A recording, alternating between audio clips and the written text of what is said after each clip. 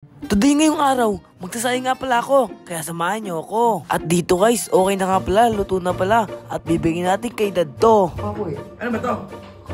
Kanin po. Bagong luto po yan. Ba't na sabihin na kayo?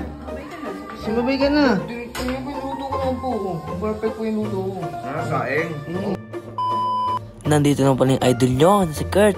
At yung guys, palabas tayo sa bahay namin kasi inutusan ako ni Dad na bumili ako ng bigas para makakain ako yung mamaya. Siyempre, ito naman ako masunurin. Siyempre, gagawin natin to agad. Pag mabait talaga, susunod ka agad. Bigas nga po. Sabay ito. Parating kilo lang po. Sabay ito na po na po. Ayan guys, kinuha ko na nga pala yung bigas, sabay itlog. Tara guys, ating lutuin na ito. Samahan nyo ako.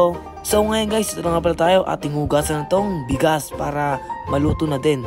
Guys, ang paghugas pala ng bigas kailangan 3 beses. Siyempre, kaya 3 beses para matanggal yung mga dumi na nakalagay dyan. Kayo ba guys, pagka nagsasayang kayo, ilang hugas ginagawa nyo? I-comment nyo kayo sa baba. Alam ko guys, perfect na ako dito kay Dad. Sigurado guys, magandang hapon na namin dito kasi masarap yung luto kong kanin. At yan guys, pangatlong hugas na nga pala yun. Kaya susukatin na natin kung gano'ng kadami ng tubig, pati bigas. Okay na nga pala guys, at binawasan ko muna konti kasi masyadong napadumi yung nalagay ko. Siyempre guys, pag magkasayang kayo, dapat isabin yung itlog para malaga na din. Ay nakita ko sa mga nagluluto yung mga professional chef. Siyempre gagayahin din natin kasi paglaki ko gusto ko maging chef ako eh. Kaya ako hinilagay para double purpose naman, para isang lutuan na lang. Siyempre guys, isasalang natin to sa may wagang shilane para maluto na rin. Tara guys, samahan niyo ako kung paano magluto nitong bigas. At yan guys, isasalang ko na nga pala nilutuin ko para pagkababa ni Dad and Mom, makakain na kami. At guys, pag magluluto kayo, dapat malakas yung apoy. Siyempre, para mabilis agad maluto at hindi masunog. Guys, hintayin na natin maluto. Mga ilang minuto, maluluto na din to. Guys, okay na nga pala yung niluto ko. Kaya guys, tingnan natin yung finished product. At yan guys, hindi ko pa nga pala mabuksan kasi sobrang init talaga. At ayun na nga guys, nabuksan ko na nga. At yan, kitang-kita yung talaga na sobrang sarap niya.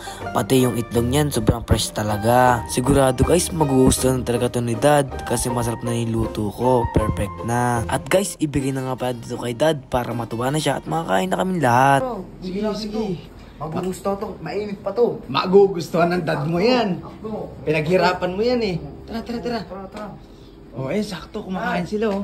Dad, may kanin po ako dito. Bagong sahin po to. Mainit po to. Uy! Gusto ako sumabay ka na. Kaya sumabay ka na. Sige lang, so. Dad, may sarap po tayo. Tingnan niyo po. Oh. Kaya saing ka pa?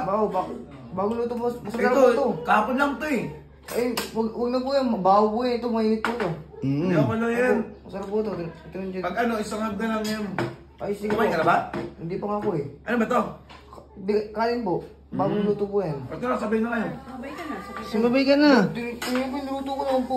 Kung perfect po yung luto ko. Saing. Oo, kaya po. Putang na ano yung Kurt? Ganyan po yung nakita ko sa mga ano po kasi. Mga anong nag-chef eh. Chef, baka sa TikTok mo nakita yan. Ano yan? Bakit naging kulay pink yan? Pinapanood nyo daw po sa TikTok yun Ay, eh. mga professional chef po eh. Pinanood ko eh. Ganyan po yung nakalagay sa kanila eh. Ano itong itlog na? Gago, pulang itlog ata to eh. Para po double purpose, para isang Tanga, hindi ginaganyan yung pulang itlog. Hindi po ginaganon yun. Gago nga, nagsayang ka lang ng kanin, wala na yan, hindi na makakain yan. Ang baho. Tignan mo, nagsayang ka lang ng kanin, nagsayang ka ng mga ilang kilo to. Ano, kalahating kilo po. Hindi kalahating kilo to, may higit 1 kilo to. Ang gawin ko po dito. Nagtitipid nga tayo, Kurt eh. Sayang ka na naman, kahapon nagsayang ka din. Kumain ka na na, tigil mo yung kalakuhan mo, kumain ka na dito. Tara. Bakit try mo doon? Tara. Ano ginawa mo? Kala ko, Oy. kasi nakita ko yung professional chef eh. Professional chef. Baka maya, tapong mo na naman yan. Balang araw kasi gusto ko maging professional chef eh. Professional chef, pagsasayang lang, di ka pa marunong. Eh, pero maganda yung ginawa mo, natutunan mo. May kanin ka na, may ulam ka pa. Double purpose.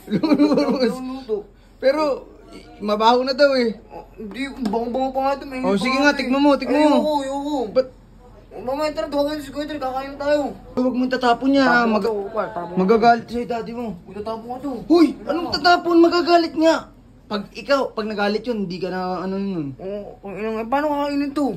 Eh, at least pakita mo, hindi ka nagsasayang ng pagkain. Mas matutuwa yun. Ah, Tinan mo nung sinain nyo. ito kain tayo. Ang pangit niyan, di ako kakain yan. Ang pangit ka. Tinan mo. Ina mo, nakita ko to sa mga professional chef, kupal. Puto ba't pink?